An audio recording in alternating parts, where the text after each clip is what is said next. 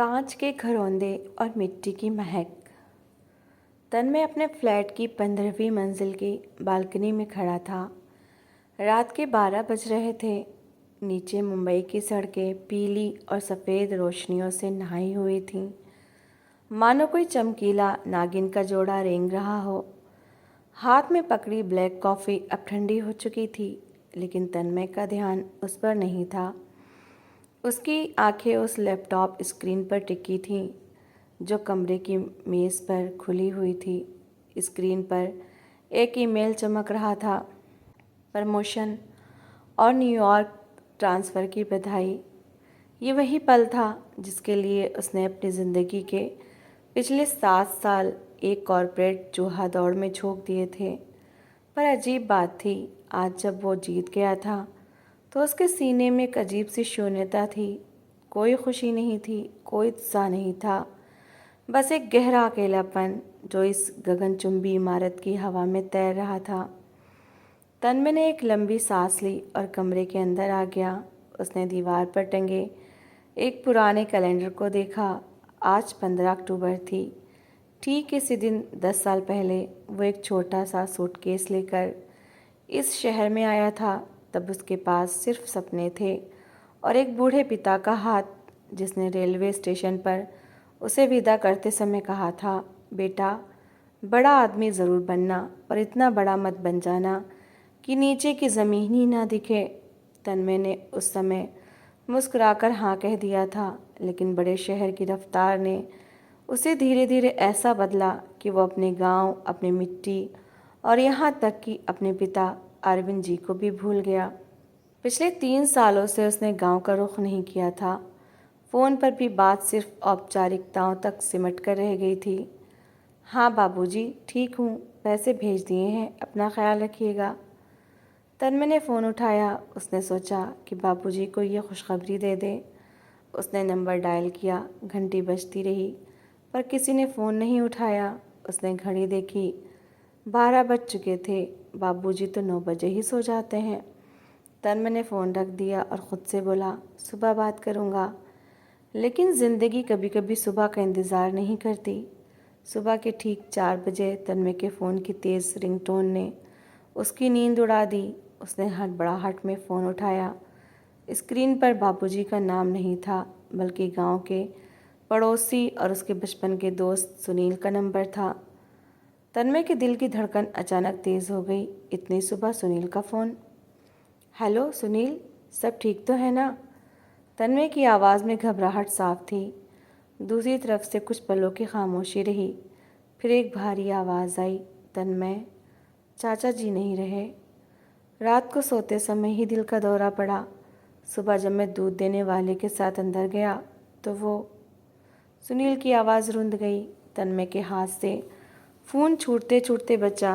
कमरे की दीवारें मानो उस पर गिरने लगीं। क्या क्या कह रहे हो सुनील? कल रात ही तो मैं फ़ोन करने वाला था।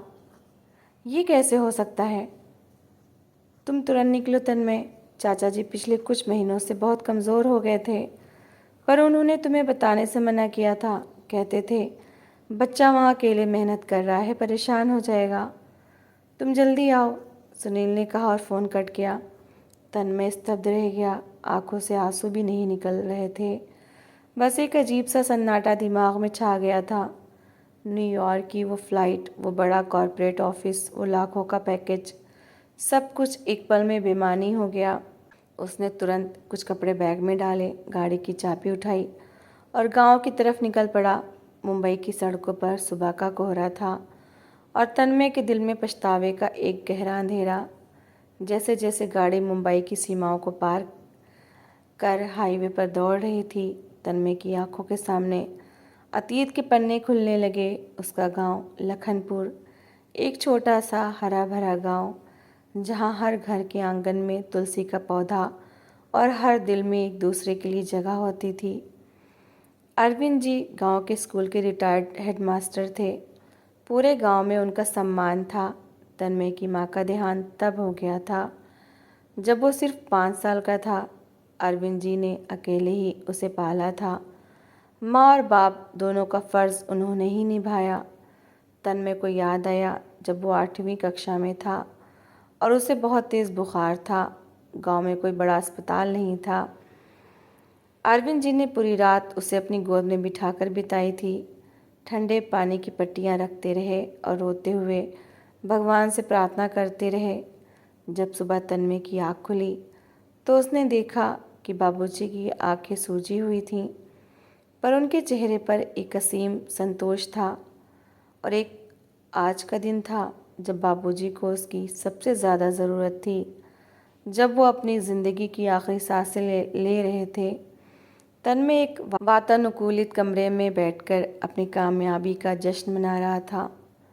मैं कितना स्वार्थी हो गया, तन्मय ने स्टीयरिंग व्हील पर हाथ मारते हुए खुद से कहा। उसकी आंखों से अब आंसुओं का सैलाब बह निकला था। रास्ते के पेड़ पौधे पीछे छूटते जा रहे थे, मानो कह रहे हों, तुमने बहुत देर कर दी तन्मय। दोपहर के 2 बजे तन्मय की गाड़ी लखनपुर की सीमा में दाखिल हुई। गांव की पक्की सड़क अब कच्ची मिट्टी के रास्ते में बदल चुकी थी। गाड़ी के टायरों से उड़ती धूल देखकर खेतों में काम कर रहे कुछ बुजुर्गों ने सिर उठाया। उन्होंने तन्मय को पहचान लिया, पर उनकी आंखों में कोई स्वागत की भावना नहीं थी, बल्कि एक अजीब सी शिकायत और हमदर्दी का मिला-जुला भाव था। जब गाड़ी अरविंद जी के पुराने खपरेल वाले घर के सामने रुकी, तो वहाँ पूरा गांव इकट्ठा था। चारों तरफ एक भारी सन्नाटा था, जिसे सिर्फ कुछ औरतों के सिसकने की आवाज़ें तोड़ रही थीं। तन्मय गाड़ी से उतरा। उसके पैर जैसे लोहे के हो चुके थे। वो भारी कदमों से आंगन की तरफ बढ़ा। आंगन के बीचों बीच सफ़ेद कफन में लिपटा एक शव रखा था। अरविंद जी का चेहरा शांत था, जैसे वो गहरी नींद में सो रहे हों। उनके चेहरे की झुर्रियों में अभी भी वही पुरानी सौम्यता थी। तन्मय घुटनों के बल बैठ गया। उसने अरविंद जी के ठंडे पड़ चुके पैरों को छुआ। बाबूजी, मैं आ गया। देखिए, आपका तन्मय आ गया। आंखें खोले बाबूजी, मुझसे बात कीजिए। तन्मय चीख चीख कर रोने लगा। सुनील ने आगे बढ़कर तन्मय के कंधे पर हाथ रखा। खुद को संभालो तन्मय, चाचा जी को अब विदा करना है। वो तुम्हारा ही इंतज़ार कर रहे थे। अंतिम संस्कार की रस्में पूरी की गईं। जब तन्मय ने मुख अग्नि दी तो उसे लगा कि उसने अपने अतीत, अपनी जड़ों और अपने सबसे बड़े शुभचिंतक को खुद अपने हाथों से आग के हवाले कर दिया है। शमशान घाट से जब सब लौट रहे थे तो शाम ढल चुकी थी। आसमान का रंग भी उदास लाल हो गया था। रात के समय अरविंद जी का पुराना घर बिल्कुल खाली और डरावना लग रहा था। गांव के लोग एक एक करके अपने घरों को लौट चुके थे। सिर्फ सुनील तन्मय के साथ रुका हुआ था। तन्मय, चाचा जी ने जाने से कुछ दिन पहले मुझे एक संदूक की चाबी दी थी। सुनील ने जेब से एक पुरानी पीतल की चाबी निकालते हुए कहा। उन्होंने कहा था कि जब तुम आओ तो तुम्हें ये दे दूं। वो संदूक चाचा जी के कमरे में तख्त के नीचे रखा है। तन्मय ने चाबी ली और बाबूजी के कमरे में गया। कमरे में अभी भी अरविंद जी के इस्तेमाल किए जाने वाले तौलिए और इत्र की हल्की सी महक आ रही थी। मेज़ पर उनका चश्मा और एक पुरानी डायरी रखी थी। तन्मय ने तख्त के नीचे से वो लकड़ी का भारी संदूक निकाला। चाबी घुमाई तो एक हल्की सी चरचराहट के साथ संदूक खुल गया। तन्मय को उम्मीद थी कि अंदर शायद कुछ जायदाद के कागज़ या पुराने गहने होंगे, लेकिन अंदर जो था उसे देखकर उसका दिल बैठ गया। संदूक के अंदर कोई धन दौलत नहीं थी। वहाँ अखबारों के ढेरों कतरन थे। ये वो खबरें थीं जिनमें तन्मय की कंपनी का नाम था, या कभी उसकी कोई छोटी सी तस्वीर किसी बिजनेस मैगजीन में छपी थी। अरविंद जी ने उन सबको बड़े जतन से काट कर प्लास्टिक के लिफाफों में रखा था। उन्हीं कतरनों के बीच एक पुराना फटा हुआ लिफाफा था जिस पर लिखा था, मेरे बेटे तन्मय के लिए। तन्मय ने कांपते हाथों से उस लिफाफे को खोला और अंदर से एक मुड़ा हुआ कागज़ निकला। वो अरविंद जी के हाथ से लिखा हुआ एक पत्र था। पत्र की लिखावट थोड़ी कांपती हुई थी, जो साफ बता रही थी किसी लिखते समय अरविंद जी शारीरिक रूप से बहुत कमज़ोर थे। तन्मय ने लालटेन की रोशनी में पढ़ना शुरू किया। प्रिय तन्मय, आशीर्वाद। मुझे नहीं पता कि जब तुम्हें ये पत्र मिलेगा तब मैं इस दुनिया में होऊंगा या नहीं, लेकिन मैं ये लिख रहा हूँ क्योंकि पिछले कुछ समय से मेरा दिल मुझे संकेत दे रहा है कि मेरा समय अब करीब है। तुम बहुत व्यस्त रहते हो बेटा, इसलिए मैंने तुम्हें फ़ोन करके कभी परेशान नहीं किया। मुझे तुम पर बहुत गर्व है। जब गांव के लोग मुझसे पूछते हैं कि तन्मय का क्या हाल है, तो मैं सीना तान कर कहता हूँ कि मेरा बेटा मुंबई के बड़े साहबों में गिना जाता है। तुम्हारी भेजी हुई हर मैगज़ीन की तस्वीर मैं पूरे गांव को दिखाता हूँ। लोग कहते हैं कि अरविंद जी की किस्मत चमक गई, उनका बेटा हीरा निकला। लेकिन बेटा, सच कहूँ तो इस हीरे की चमक में इस बूढ़े बाप की आंखें कभी कभी चौंधिया जाती थीं। मुझे तुम्हारी कामयाबी से कोई शिकायत नहीं है, पर तुम्हारी कमी से बहुत शिकायत थी। इस बड़े से घर में जहाँ कभी तुम्हारी किलकारियाँ गूंजती थीं, अब सिर्फ सन्नाटा गूंजता है। मैं रोज़ शाम को दरवाजे पर बैठकर इस उम्मीद में रास्ते को देखता था कि शायद आज मेरी लाठी का सहारा लौट आएगा, पर रास्ता हमेशा खाली ही रहता था। मुझे तुम्हारी कोई दौलत नहीं चाहिए थी तन्मय, मुझे बस तुम्हारा थोड़ा सा वक्त चाहिए था। मैं चाहता था कि तुम एक बार इस आंगन में बैठो, मैं अपने हाथों से तुम्हें आम का रस पिलाऊं और तुम मुझसे पूछो, बाबूजी आप कैसे हैं। शायद बड़े शहरों की हवा में एक नशा होता है जो अपनों की यादों को धुंधला कर देता है। मैं तुम्हें दोष नहीं देता, ये मेरी ही परवरिश की कमी रही होगी कि मैं तुम्हें उड़ना तो सिखा पाया, पर वापस घोंसले में आना नहीं सिखा सका। इस संदूक में तुम्हारी माँ के कुछ आखिरी गहने हैं और इस घर के कागज़, ये सब अब तुम्हारा है। अगर हो सके तो इस घर को बेचना मत। ये सिर्फ ईंट पत्थरों का मकान नहीं है, इसमें तुम्हारी माँ की यादें और मेरे जीवन की आखिरी सांसें दफन है। जब भी बड़े शहर की भागदौड़ से थक जाओ तो यहाँ आ जाना, यहाँ की मिट्टी तुम्हें कभी पराया नहीं समझेगी। खुश रहना मेरे बच्चे। न्यूयॉर्क जा रहे हो ना? सुनील ने मुझे बताया था कि तुमने बातों बातों में उसे कहा था। बहुत तरक्की करना, ईश्वर तुम्हें लंबी उम्र दे। तुम्हारा अभागा बाप, अरविंद सिंह। पत्र ख़त्म होते ही तन्मय के हाथ से वो कागज़ छूट गया। वो फूट फूट कर रोने लगा। उसकी रुलाई पूरे सुनसान घर में गूंज उठी। वो फर्श पर बैठ गया और अपने सिर को घुटनों के बीच छुपा लिया। बाबूजी, मुझे माफ़ कर दीजिए, मैं अंधा हो गया था, मुझे कुछ दिखाई नहीं दिया। वो चिल्ला रहा था, पर सुनने वाला अब इस दुनिया से बहुत दूर जा चुका था।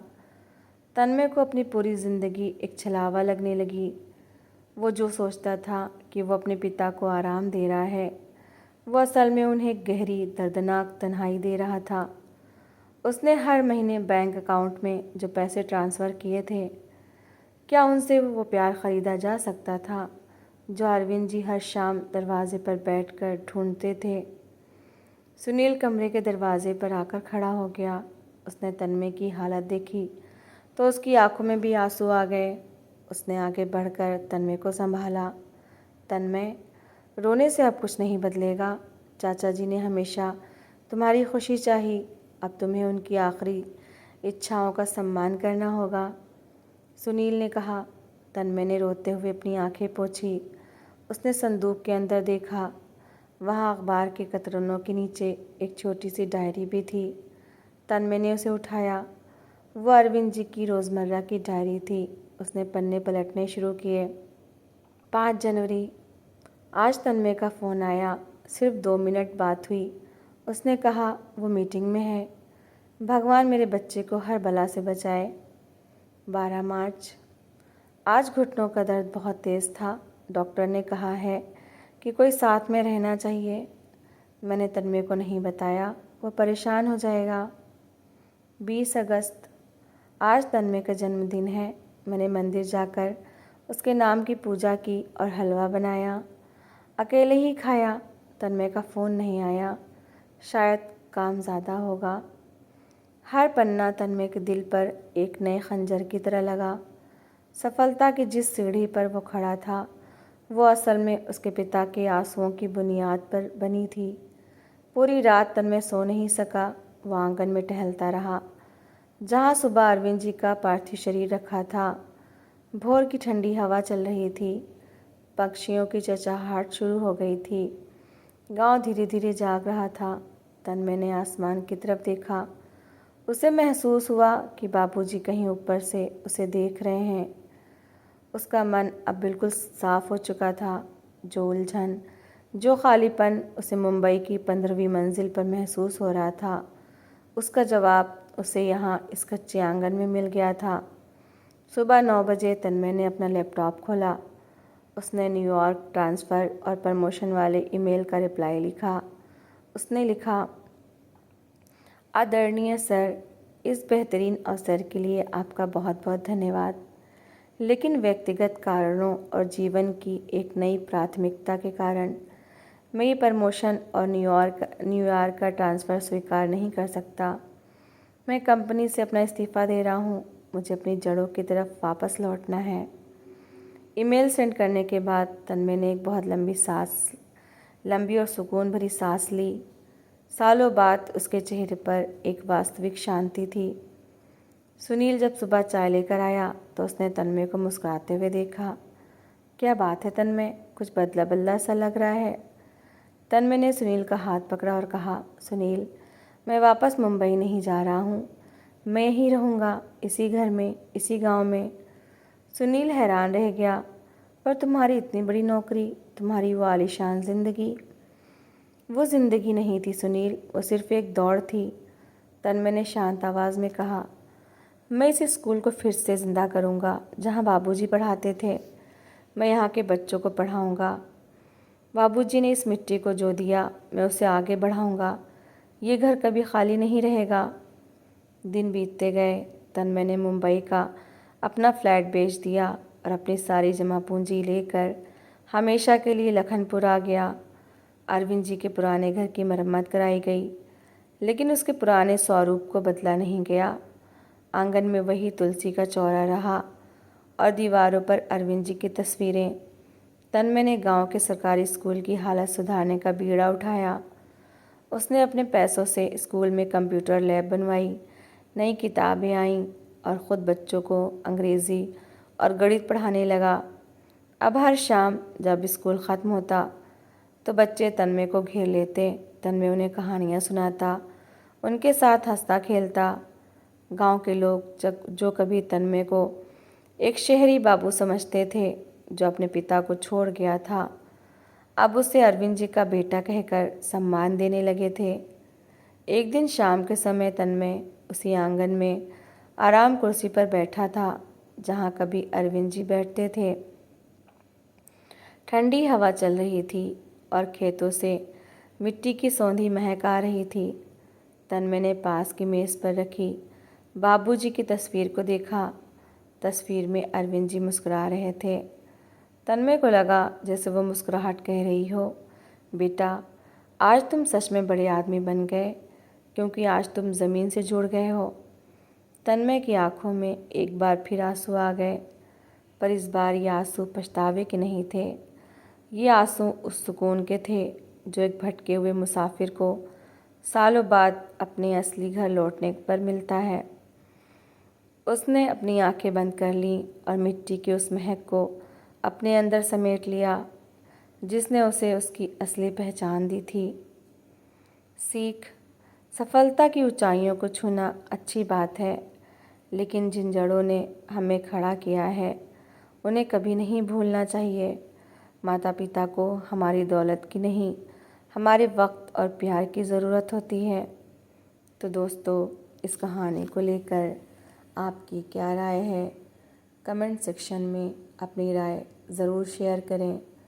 और अगर आपको हमारी आज की कहानी अच्छी लगी हो तो प्लीज़ इसे लाइक शेयर ज़रूर करें और ऐसी ही emotional, suspense, family story, love story, motivational story को सुनने के लिए मेरे चैनल को सब्सक्राइब ज़रूर करें। तो मिलते हैं एक नई और दिलचस्प कहानी के साथ। Thanks for watching.